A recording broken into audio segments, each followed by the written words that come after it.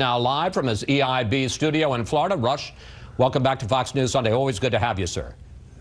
Thank you, Chris. It's great to be here. You say that what's happening to Donald Trump right now is that the left-wing courts, the left-wing media, the left-wing bureaucracy are trying to, in your words, sabotage his presidency. Sabotage?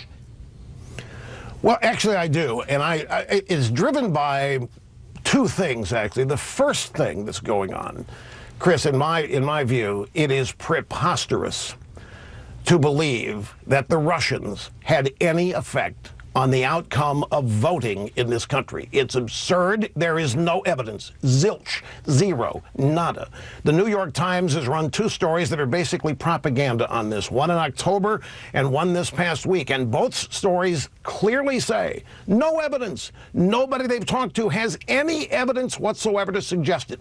The second thing I think that's important for people to remember, people that voted for Donald Trump, people to support Donald Trump, really, really believe that they were going to lose the country if Hillary Clinton won. This is not an idle thought. It's not an exaggeration. They really believe that the country as founded was up for grabs. It was over if Hillary had won, if the Democrats had another 4 or 8 years to do what they do with the judiciary and so forth. So those two things, and I think if you try to understand both of those, not you personally, but people have a much greater ability to understand Trump and his supporters if you can intellectually accept those two premises. You also use a phrase which I have to say that I only heard for the first time in the last couple of weeks, the deep state. And that's the notion that there's an Obama shadow government embedded in the bureaucracy that is working against this new president. I think some folks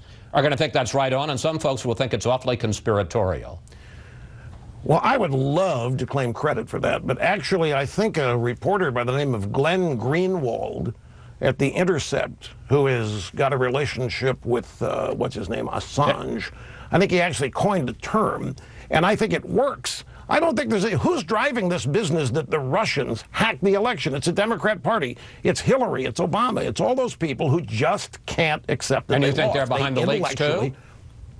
Absolutely. Of course they are. They're trying. Look, if they can't win at the ballot box, you know they're down 1,200 seats since 2010. They've become a marginal party electorally. All they've got is their embeds in the bureaucracy and the judiciary, and they're pulling out all the stops. There's no question. This business that the Russians hacked the election, this is serious allegation that is impossible. The Russians could not have had any impact whatsoever on voting, either how they were cast or how they were counted. In fact, if you want to say they did their job. Hillary won the popular vote. How could they have possibly had any, this whole premise?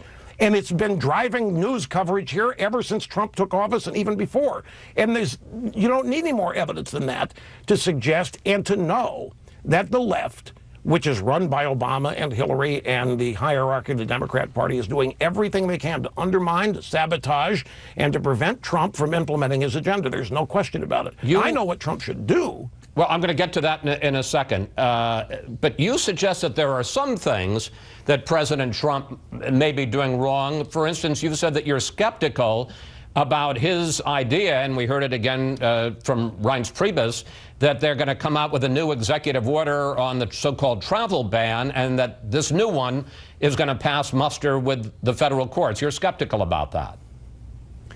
Well, I'm not so much skeptical. I think they're going to do it, and I think they should do it, because the judiciary, again, is pockmarked with judicial appointees that Democrat presidents have made for years, and they're in there for life. And as we have seen in the first executive order, you know, Chris, his executive order hasn't even been ruled on. The judge in Seattle said, well, the president said during the campaign that he wanted to ban Muslims. And I said, no, it's irrelevant. They're not even using the law to try to stop the president on this. I think what the president has to do, and I was happy to see it, this rally was something that I hoped he would do. And in the rally, he really focused on domestic agenda. Look, here's the thing. Donald Trump has nobody helping him other than the people that voted for him. Obama had the media. Obama had the judiciary. Obama had all kinds of support.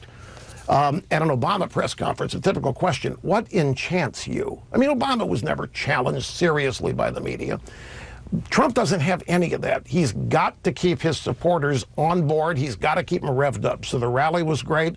But the thing that will really make all this Russia stuff and all this deep state stuff not take hold is getting to work implementing the repeal of Obamacare, getting to work and really doing tax reform, and getting to work and really shore up our borders, because that is the primary area where people that voted for Trump felt that we were on the way to losing the country. We've even lost the definition of immigration. Immigration today, if you listen to the left, equals anybody who wants to come into the country should be allowed. That's not what immigration is. That's illegal immigration, and we ought to all oppose it. We are all in favor of immigration that determines who gets in, the quantity of people who get in, whether they assimilate or not. Nobody's opposed to that.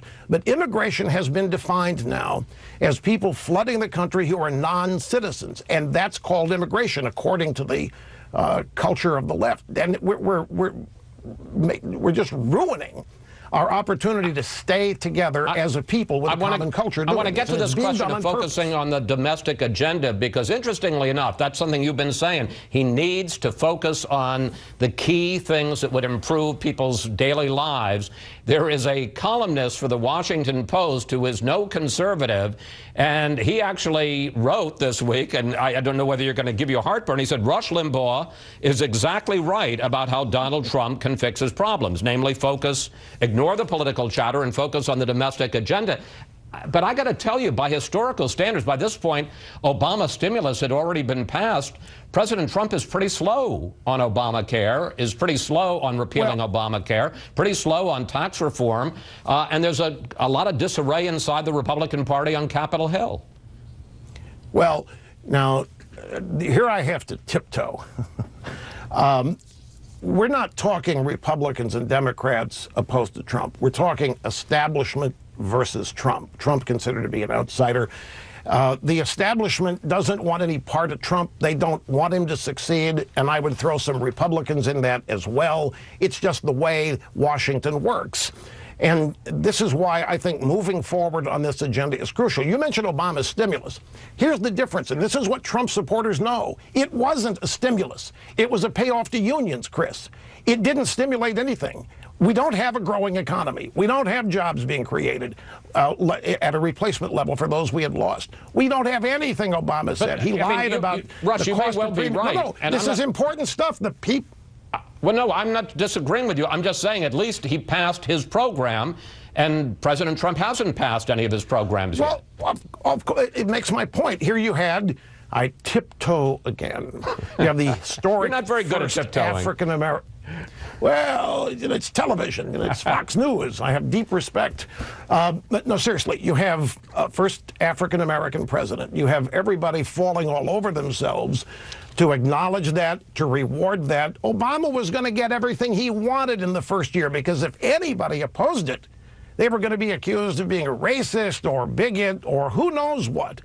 But don't ignore the substance. The voters know that his stimulus, it doesn't matter when it got passed, he misled everybody about it. The people of this country are tired of being misled. They're tired of voting based on what candidates have told them they're going to do, and nothing ever changes. Trump has a wide berth here, Chris. The media did not make Donald Trump, and they can't destroy him. But the media thinks, and when I say media, let me define ABC, CBS, NBC, New York Times, Washington Post, USA Today, LA Times, that cadre. They have a formula, they have a blueprint for destroying Republican political officials they don't like. It's not going to work on Trump. He doesn't fit that mold. They're trying to every day. It's kind of comical to watch.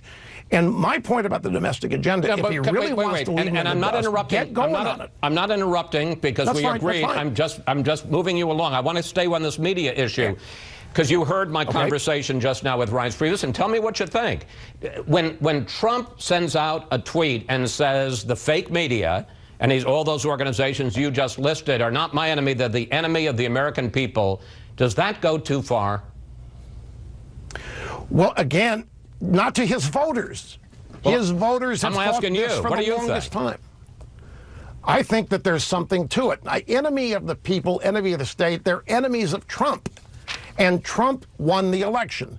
Trump won on substance. Trump did more interviews. He explained his agenda more than any political presidential candidate ever has in my memory, and he has tried to stick to it as people perceive it.